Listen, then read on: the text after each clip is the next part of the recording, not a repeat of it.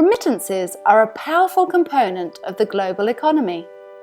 Money is sent to countries in the developing world as individually small amounts, but equated to the collectively impressive amount of $431.6 billion in 2015.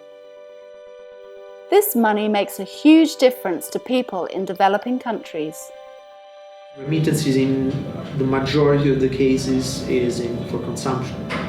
Under consumption you can include food, any other immediate need of the family, housing, schools, electricity, etc., etc.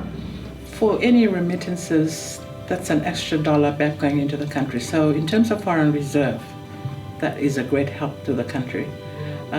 Secondly, whatever money that's sent back, some of them do actually start business, and that's a capital project that they get involved with, and they have, they hire another 2 or 3 people on the side, and even some, it puts their children through education, sending them to tertiary or just to primary school. And there are others like religious obligations, and some in terms of cultural obligation. So it meets our needs in terms of, making ends meet for people back at home. Individual remittance is not having any overheads. A person sends $1,000 from here and exactly the equivalent $1,000 reach to the beneficiary. There is no long chains or government offices or expenses or overheads. It's the best part of human aid. With Tropical Cyclone Winston, we heard about it on the Australian TV. I think that was around about 11 o'clock on Saturday when the news forecast came.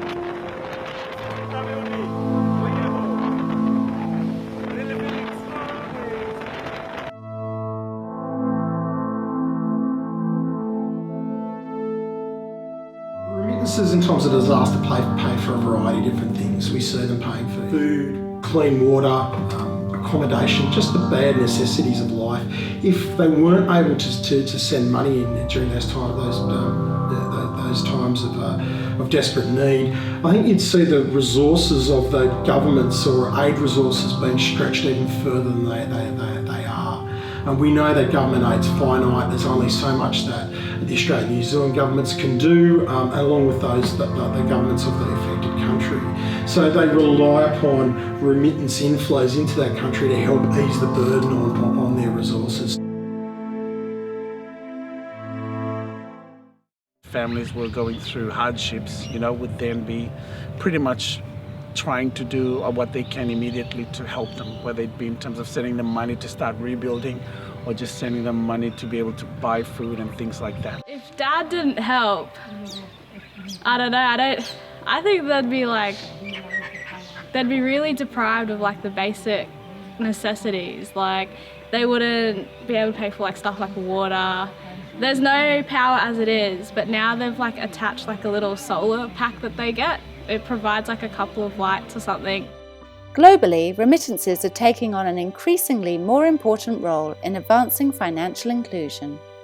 In particular, electronic payments have the potential to make a real difference. When there is a disaster, natural disaster, or in any of these situations, having cash could mean that you don't just lose your house, you lose your clothes, you lose your work and your family members. You also lose any of the savings that you have. If you had a bank account or if you had a transactional account with a mobile operator or prepaid card, you still can, even if you lose that particular tool, you still can recover the small savings that you put aside. And in situations like those, those small savings can be the difference between life and death. Send Money Pacific aims to reduce the costs of remittances by improving transparency and promoting the use of digital channels. Pacific remittance costs have reduced by up to 62.5% over 7 years.